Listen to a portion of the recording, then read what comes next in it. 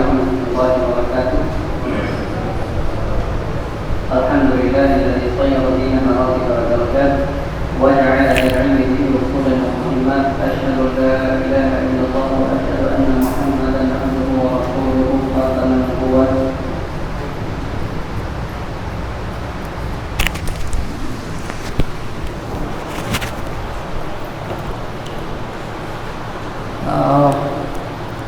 اب تک ہم لوگ تفسیر کے شروع کرنے سے پہلے اصول تفسیر جانا ہم نے سیکھا. آج انشاءاللہ ہم لوگ تفسیر شروع کر رہے ہیں اس کی اما پارے کی. سب کے پاس ہے کتابیں؟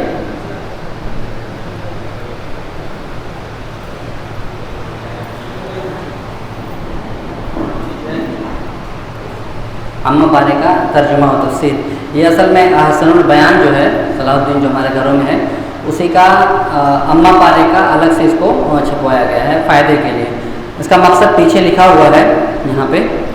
مقصد یہ ہے کیونکہ چونکہ جو بچے ہوتے ہیں ہمارے مسلمانوں کے بیچ زیادہ یہی ہے کہ خاص کر جب مکتب و مسجد جاتے ہیں تو زیادہ سے زیادہ جو اما پارا ہی یاد کر پاتے ہیں اکثر لوگ. تو اور اکثر لوگ اپنی نمازوں کے اندر اما پارا ہی کی کسی نہ کسی صورت کو دہراتے ہیں، ریپیٹ کرتے ہیں اپنی نمازوں کے اندر. تو بہتر مفید اسی مقصد کے لیے کہ لوگ جو سورہ یاد کیا ہے لوگوں نے اس سورہ کا معنی مفہوم بھی ذہن میں رہے تاکہ قرآن کی آیتوں پر غور بھی ہو سکے اور نماز کے اندر مزید تقویٰ پیدا ہو. اللہ رب العزت کی جتنا زیادہ انسان اللہ رب العزت کو جانے گا، جتنا زیادہ پہچانے گا، جتنا زیادہ غور و خوف کرے گا اس کے دل میں اتنا ہی زیادہ خشوع و خضوع پیدا ہوگا. تو ہم اس سے پہلے ہم نے کیا لیا تھا کون بتائے گا؟ لاسٹ درس کے اندر ہم نے کیا کیا سیکھا تھا؟ لاسٹ درس کے اندر ہم نے کیا کیا لیا تھا کون بتائے گا بنا دیکھے؟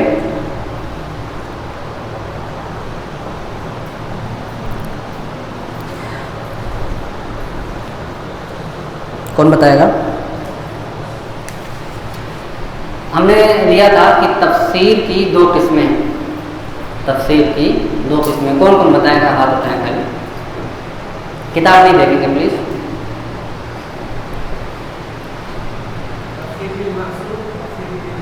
بالرائے.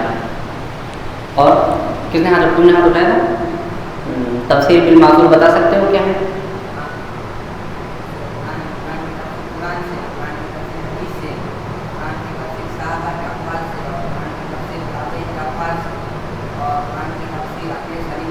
جزاک اللہ خیر، بارک اللہ فیک. اور کون بتائے گا تفسیر بالمعقول کیا ہے؟ جی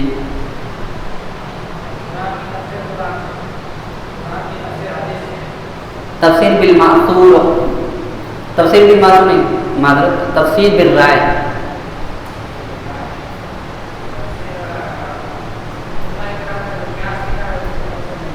ہاں تفسیر بالرائے کون بتائے گا؟ ہاں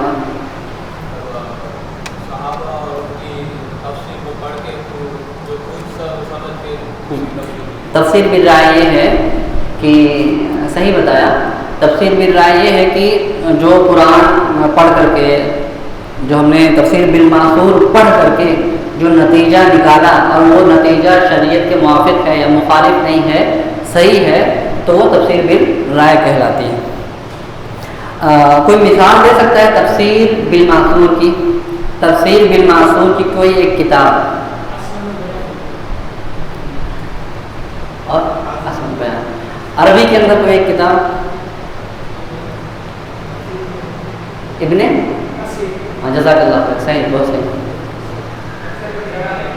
تفسیر جلالین وہ معصور میں نہیں داخل ہے، بالرائے میں ہے. وہ تفسیر جلالین اس میں اندر ہے. اور تفسیر بالمعصور کے اندر ابن کثیر ہے یا تفسیر جریر طبری ہے. یہ معروف کتابیں ہیں اس باب کے اندر. طبری جو ہے تفسیر طبری بہت ضخیم کتاب ہے اور بعد کے جتنے بھی مفسرین آئے سبھی نے اسی سے لیا. یہ تفسیر بالرائے بھی ہے، تفسیر بالمعصور بھی ہے. یعنی انہوں نے پہلے بالمعصور کیا ہے کہ اس کے حساب سے جو نتائج خود سے بھی نکالے. تو دونوں مثالوں میں اگر آپ سے کوئی پوچھے، مثال کے طور پر آپ کسی مجلس میں گئے ہوئے ہیں، آپ سے کوئی پوچھ لے کہ تفسیر بالمعثور کی مثال دو، تو آپ تفسیر تبری کہہ دو، پھر پوچھے تفسیر بالرائے کی مثال دو، آپ تفسیر تبری کہہ دیں، دونوں میں چل جائے گی مثال، کیونکہ دونوں ہے تو یاد کرنے کے لیے آسان بھی ہے اور بہت عظیم کتاب ہے۔ تو ہم لوگ شروع کرتے ہیں آج بورڈ پہ لکھنے کے بجائے ڈائریکٹ شروع کرتے ہیں کیونکہ وقت کم ہے ہمارے پاس۔ تو آج کے دن جو لینے والے ہیں جو صورتیں، سورہ اخلاص لیں گے۔ اما پارا کے اندر قرآن کے اندر ٹوٹل جو 114 صورتیں ہم جانتے ہیں، اس 14 صورتوں کے اندر اما پارا کے اندر اکیلے 37 صورتیں ہیں۔ اما پارا کے اندر 37 صورتیں ہیں، اور ہم لوگ شروع سے اما پارا سے شروع نہ کرتے ہوئے پیچھے سے شروع کریں گے، کیونکہ چھوٹی چھوٹی صورتیں ہیں اور یاد کرنے میں سمجھنے میں آسانی ہوگی۔ تو سب سے پہلے جو سورہ لینے والے ہیں ہم لوگ سورہ اخلاص، اور اس کے بعد لیں گے سورہ فلق اور سورہ ناس۔ کیسے لیں گے وہ بتا دیتے ہیں، کیا کیا چیزیں لینے والے ہیں۔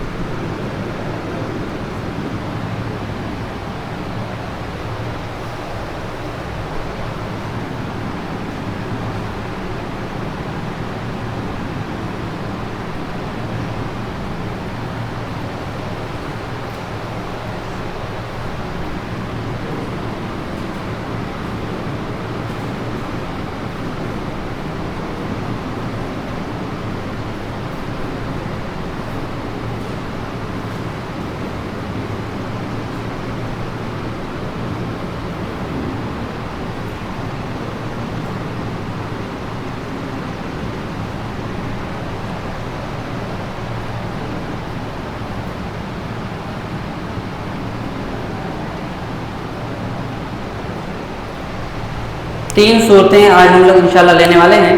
ان تینوں صورتیں کے بارے میں جو اہم چیزیں ہوں گی یہ ہوں گی سورہ اخلاص، سورہ فلق، سورہ ناس کے الفاظ، معنی، ترجمہ، فضیلت، سبب نزول، احکام، اگر اس کے کوئی مسئلہ نکلتا ہے تو وہ، اور کچھ ایکسٹرا فائدے اگر جو آسان سے فائدے معلوم کریں گے۔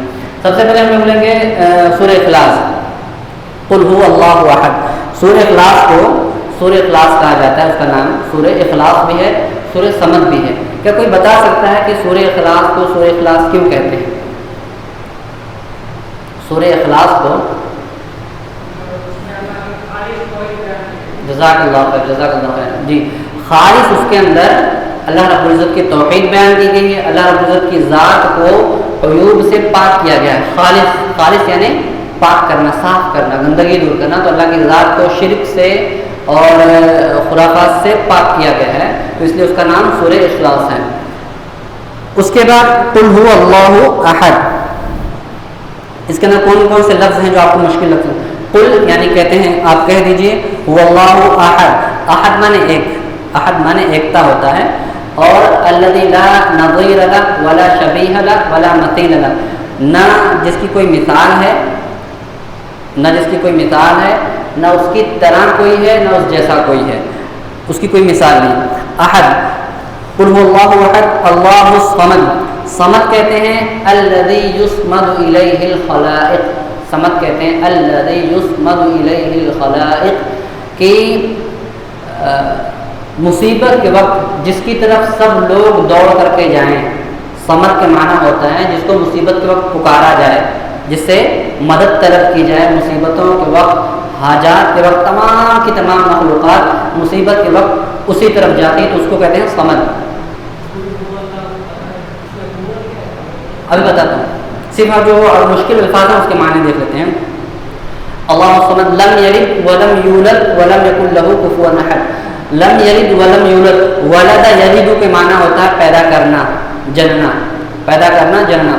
ولم یکن لہ کفوا احد، کفوا معنی ہوتا ہے برابری، ساجھیدار، پارٹنر، ہے نا، برابر کا پارٹنر کو بولتے ہیں کفوا۔ تو یہ الفاظ معنی تھے۔ ترجمہ دیکھ لیں، قل هو اللہ احد، آپ کہہ دیجئے، چونکہ اللہ رب العزت نے اپنے نبی سے کہا تو اے نبی ہم بریکٹ میں رکھیں گے کہ اے نبی، قل ہو، اے نبی، هو اللہ احد، اے نبی آپ کہہ دیجئے وہی اللہ ہے اکیلا، وہی اللہ ہے اکیلا. اللہ الصمد, اللہ بے نیاز ہے. اللہ صمد کا معنی بے نیاز بھی ہوتا ہے. بے نیاز معنی ہم اس لیے کر رہے ہیں کیونکہ وہ کسی کی طرف مدد کے لیے نہیں جاتا ہے, لوگ اس کی طرف آتے ہیں مدد مانگنے کے لیے, تو وہ بے نیاز ہوا, بے پرواہ ہو گیا وہ. تو اللہ بے نیاز ہے. لم یلد, اس نے نہ تو پیدا کیا, اس نے نہ جنا, ولم یولد, نہ اس کو جنا گیا, نہ اسے جنا گیا, ولم یکن لہ کفوا احد, اور اس کا کوئی برابری نہیں, اس کا کوئی ساجی نہیں کہہ رہے, اس کا کوئی شریک نہیں کہہ رہے, اس کا کوئی برابر کا نہیں, جو بھی کہہ لیں چلے گا. تو یہ اس کا ترجمہ تھا. ترجمہ کے بعد دیکھیں, ترجمہ سمجھ کے ہم نے بہت کچھ سمجھ میں آ گیا ہوگا مفہوم. فضیلت دیکھ لیتے ہیں. فضیلت کیا ہے سورہ اخلاص کی؟ ترمذی کی روایت ہے کہ اللہ کے نبی صلی اللہ علیہ وسلم نے ایک صحابی کو دیکھا کہ سورہ اخلاص کی تلاوت کر رہے ہیں, تو اللہ کے نبی صلی اللہ علیہ وسلم نے فرمایا وجبت, اللہ کے نبی نے فرمایا وجبت, کہ واجب ہو گئی اس کے لیے.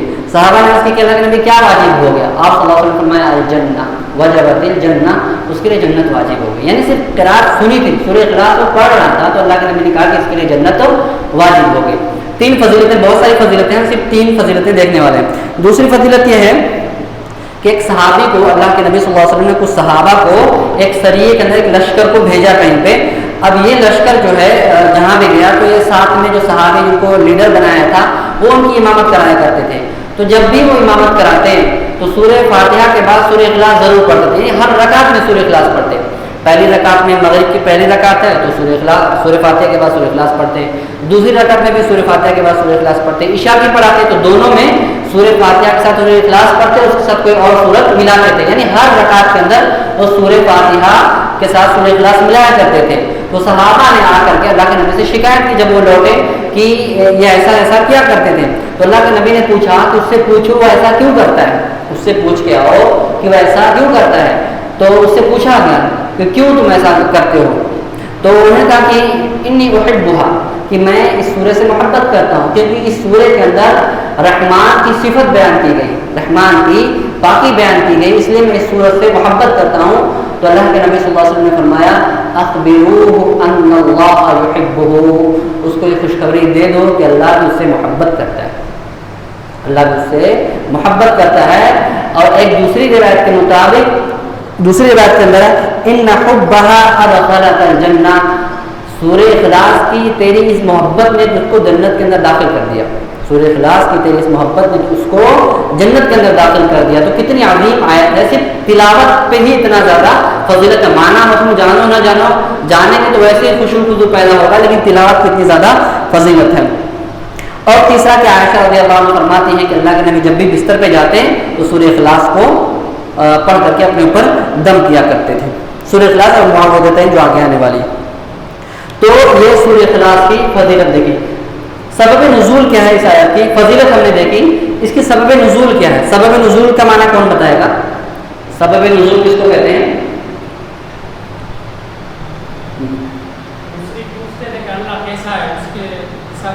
جی جزاک اللہ خیر, صحیح پہنچے. لیکن سبب نزول, ہاں, کسی آیت کے یا سورے کے نازل ہونے کی وجہ, صحیح کہا. لیکن ایک لفظ کا ہم معنی تلاش کر رہے تھے. تو سبب نزول یعنی کوئی بھی سورت, جتنی اکثر صورتیں ہیں اس کا کچھ نہ کچھ سبب نزول ہوتا ہے. بہت ساری ایسی ہیں جو بنا سبب نزول کے ہیں, اور کچھ ایسی ہیں جن کا سبب نزول ہوتا ہے.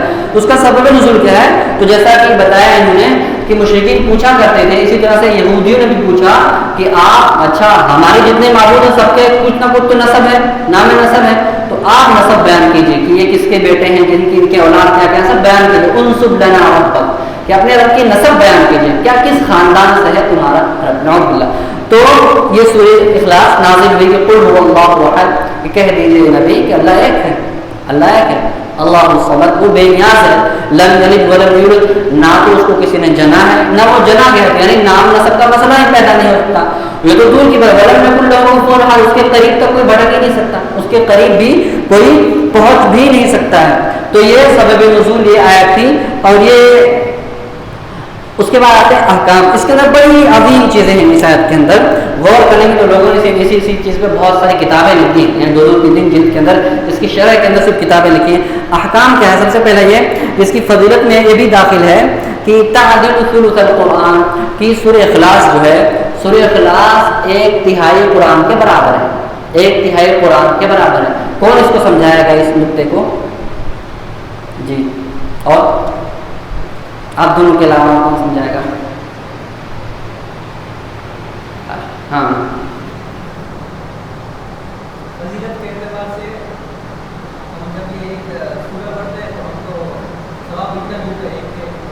ایک تہائی قرآن کا، 1/3 قرآن کتنا ہوگا؟ 10/12۔ ہاں جی، تو قرآن یعنی اگر کوئی سورہ اخلاص ایک بار پڑھتا ہے، قل اللہ احد ولم یکن لہ کفوا احد تک ایک بار پڑھتا ہے، تو گویا کہ اس نے 10 پارے پڑھ لیے، اس نے گویا 10 پارے پڑھ لیے۔ اور اگر وہ 3 بار پڑھتا ہے تو گویا اس نے بیٹھے بیٹھے 2 منٹ کے اندر، 3 منٹ کے اندر پورا قرآن ختم کر لیا۔ تو کتنی عظیم چیز ہے۔ لیکن اس کے اندر ایک چیز سمجھنا ہے کہ ایک ہے جزا اور ایک ہے اجزا، ایک ہے جزا۔ جزا بولتے ہیں ثواب کو، ثواب ہے یعنی اگر کوئی سورہ اخلاص کو 3 بار پڑھتا ہے تو اسے پورے قرآن کا ثواب ملے گا۔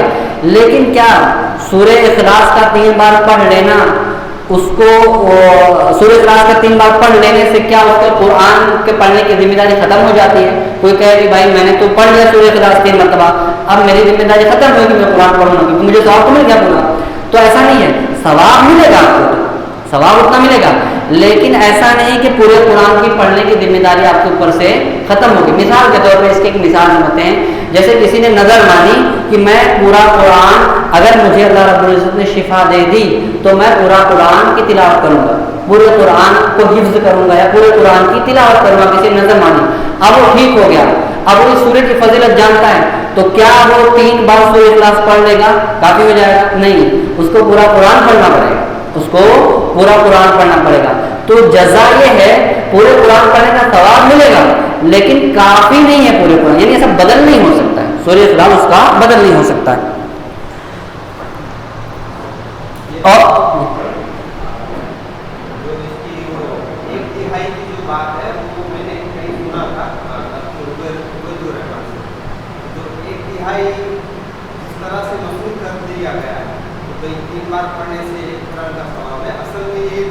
اچھا اچھا، اصل میں بولے قرآن کے مین 3 ٹاپک ہے، توحید، تفسیر النبی اور تیسرا جو انہوں نے کیا، جو 1/3 ہے، 3 ٹاپک ہے مین، جس میں توحید ہے، وہ توحید، جی جی صحیح ہے، جی جزاک اللہ خیر۔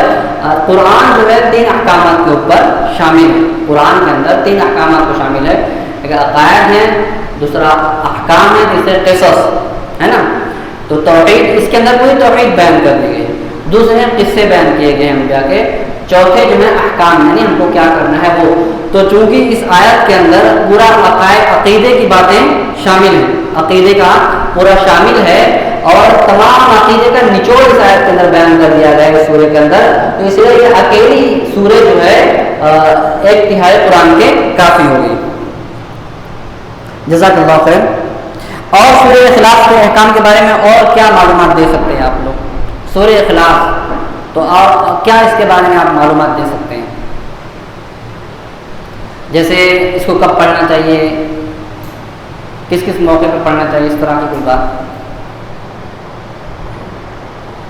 جی ایک بتائیے۔ صبح شام کے اذکار میں، جزاک اللہ، صبح شام کے اذکار میں 3 بار داخل ہے، اور ہاں جزاک اللہ خیر، ہر فرض نماز کے بعد، سونے سے پہلے، جزاک اللہ خیر، جزاک اللہ خیر، عمرہ کے طواف کرنے کے بعد جو 2 رکعت پڑھی جاتی ہے اس میں پڑھی جاتی ہے، ہاں وہی آ گیا، ہاں۔ تو جزاک، بہت ساری باتیں پتہ چل گئی، کتنے سارے احکام ہو گئے۔ سورہ اخلاص ہر فرض نماز کے بعد پڑھی جاتی ہے، 5 مرتبہ ہو گیا۔ صبح و شام کے اذکار کے اندر بھی 3 مرتبہ پڑھی جاتی ہے، صبح کے اذکار، شام کے اذکار کے اندر، اور عمرہ طواف کے وقت پڑھا جاتا ہے، اللہ کے نبی نے پڑھا ہے۔ اور کسی نے بتایا؟ ہاں پڑھا کرتے، سورہ اخلاص پڑھا کرتے تھے، یہی مغرب میں بھی۔ اچھا یہ مجھے اس کا علم نہیں ہے، ہاں ہاں ہاں صحیح، جی وطر کے اندر بھی پڑھا جاتا ہے دوسری آیت کے اندر. صحیح, بالکل, جزاک اللہ خیر. تو یہ بہت سارے احکام ہم کو پتہ چل گئے, ہے نا, بہت سارے پتہ چل گئے. میں کوئی اتنا سارا جمع کر کے نہیں لایا تھا, یہاں پہ جمع ذہن میں آ گیا. تو یہ احکام ہے اس کے متعلق. اس کے فوائد ہیں, کچھ 2-4 فائدے ہیں اس سورہ کے اندر, کہ اس سورہ کے اندر 4 طرح کے لوگوں کا رد ہے. بلکہ یوں کہہ رہے ہیں کہ جتنے توحید کے علاوہ جتنے مسلک ہیں, جتنے فرقے ہیں, سب کا رد آ چکا ہے. سب سے پہلا اس کے اندر رد ہے یہودیوں کا. یہودیوں کا اس کے اندر رد ہے. کون بتائے گا؟ جی جی, جزاک اللہ خیر. تو وہ عزیر علیہ السلام کو اللہ کا بیٹا کہتے ہیں. اللہ نے کیا کہا کہ لم یلد, اس نے کسی کو جنا ہی نہیں, تو ان کا رد ہو گیا. اور ان کا رد ہے عیسائیوں کا رد ہے, وہ عیسیٰ علیہ السلام کو اللہ کا بیٹا کہتے ہیں, تو وہ ان کا بھی لم یلد کے اندر ان کا بھی رد آ گیا. اور کافروں کا کیسے؟ اللہ ایک ہے. جی, کافروں کا رد ہے جو بہت سارے مشرکوں کا, یعنی پہلا کون ہوگا؟ یہود, ان کا رد ہو گیا لم یلد سے. اس ٹکڑے سے ہم نے یہ لیا کہ یہودیوں کا رد ہوا. ولم یولد, لم یلد سے یہی ٹکڑا کہ عیسائیوں کا بھی رد ہو گیا. اور اللہ قل هو اللہ احد, اللہ ایک ہے.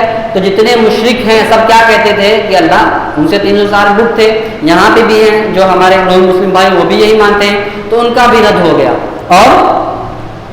اور مشرکوں کا, یعنی ہم کہیں گے کافر کے بجائے مشرک, تمام مشرکوں کا اس آیت کے اندر رد ہے کہ قل هو اللہ احد اللہ الصمد, تمام مشرکوں کا رد ہے. اور اس کے بعد کیا ہے, ایک اور کون بتائے گا؟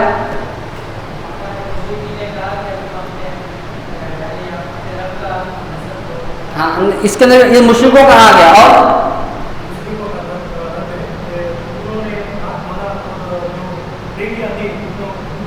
ان سب کا رد ہے, ان سب کا رد ہے. تو یہ 3 ہو گئے. چوتھا اور کون بتائے گا؟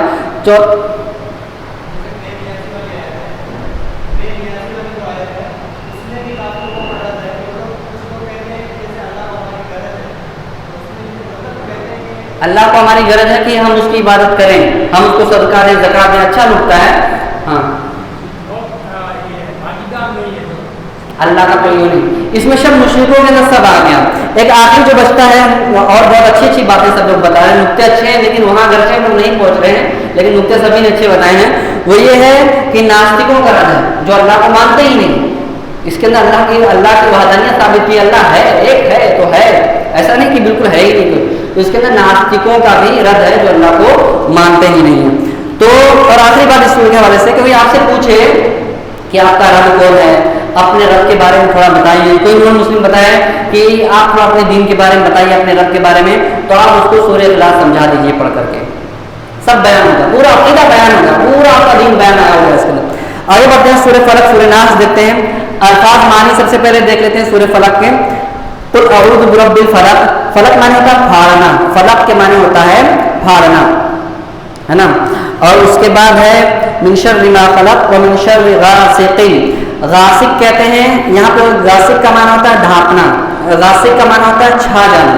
تو رات چھا جاتی ہے, لیکن یہاں مراد کیا ہے؟ رات, کیونکہ رات کا اندھیرا چھا جاتا ہے. اور وقف معنی داخل ہونا. ومن شر النفاثات, نفاثات یعنی پھونکنا, پھونکنے والیاں یا پھونکنا, نفث کو کہتے ہیں پھونکنا. عقد کا معنی ہوتا ہے گرہ, وہ ڈورا مارتے ہیں تو گرہ, گانٹھ مارتے ہیں اس کو گرہ بولتے ہیں. ومن شر حاسد اذا حسد. تو دیکھیں اس کے اندر الفاظ معنی کے اندر تھوڑا سا غور کر لیتے ہیں اپنے. قل اعوذ برب الفلق, کہ میں پناہ مانگتا ہوں صبح کے رب, میں پناہ میں آتا ہوں. کتنا ٹائم بچا ہے؟ 2 منٹ بچا ہے, تو چھوڑتے ہیں اس کو, یہیں ختم کرتے ہیں. بس آخری خالی نقطہ بیان کر دیتے ہیں کہ قل اعوذ برب الفلق کے اندر کیا کون سا نقطہ ہے؟ قل اعوذ برب الفلق, اللہ نے اس نے کہا کہ آپ نبی آپ کہہ دیجئے میں صبح کے رب کے پناہ میں آتا ہوں. تو فلق ہے, علماء نے بیان نقطہ بیان کیا اس کے اندر, ابن کثیر وغیرہ نے, کہ جیسے بندہ رات کے بعد صبح کا انتظار کرتا ہے, یعنی روشنی کا انتظار کرتا ہے, ویسے جب ایک مصیبت میں پھنسا ہوا انسان, غمگین انسان, دکھوں کا مارا ہوا انسان اللہ سے یہ دعا کرتا ہے, سورہ کے ذریعے سے اللہ کی پناہ میں آتا ہے, اس کو ایک طرح کی تسلی ملتی ہے کہ اس پہ جو مصیبتیں ہیں, جو غم ہیں, جس طرح سے رات کے بعد دن آتا ہے, روشنی آتی ہے, ویسے یہ مصیبت مصیبتوں کے بعد آسانی آنے والی ہے، اور اس کے دل کے اندر جو دکھ اور غم کی وجہ سے تاریکی چھا گئی تھی، وہ تاریکی عنقریب ایمان سے دور ہونے والی ہے. یعنی جس طرح رات کے بعد صبح آتی ہے، ویسے مصیبتوں کے بعد آسانی آنے والی ہے. تو یہ علماء نے بیان کیا. باقی انشاءاللہ بعد میں دیکھیں گے. جزاک اللہ خیر. بارک اللہ. کل تجوید دیکھیں گے.